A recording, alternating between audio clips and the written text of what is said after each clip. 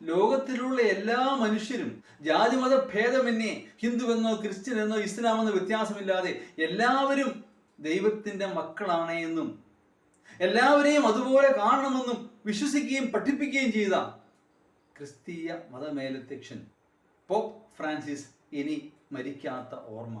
166 രാഷ്ട്രങ്ങൾ അദ്ദേഹം സന്ദർശിച്ചു. ഗൾഫ് കൺട്രീസിൽ സന്ദർശനം നടത്തുന്ന ആദ്യത്തെ മാർപ്പാപ്പ.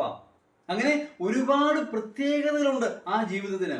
അവസാന നിമിഷം വരെ എല്ലാവരെയും സ്നേഹിക്കാൻ പഠിപ്പിക്കുകയും ചെയ്ത ലോക നേതാവായിരുന്നു പോപ്പ് ഫ്രാൻസിസ്. അദ്ദേഹം അടുത്ത വർഷം ഇന്ത്യയിലേക്ക് വരാൻ തയ്യാറാവുകയായിരുന്നു.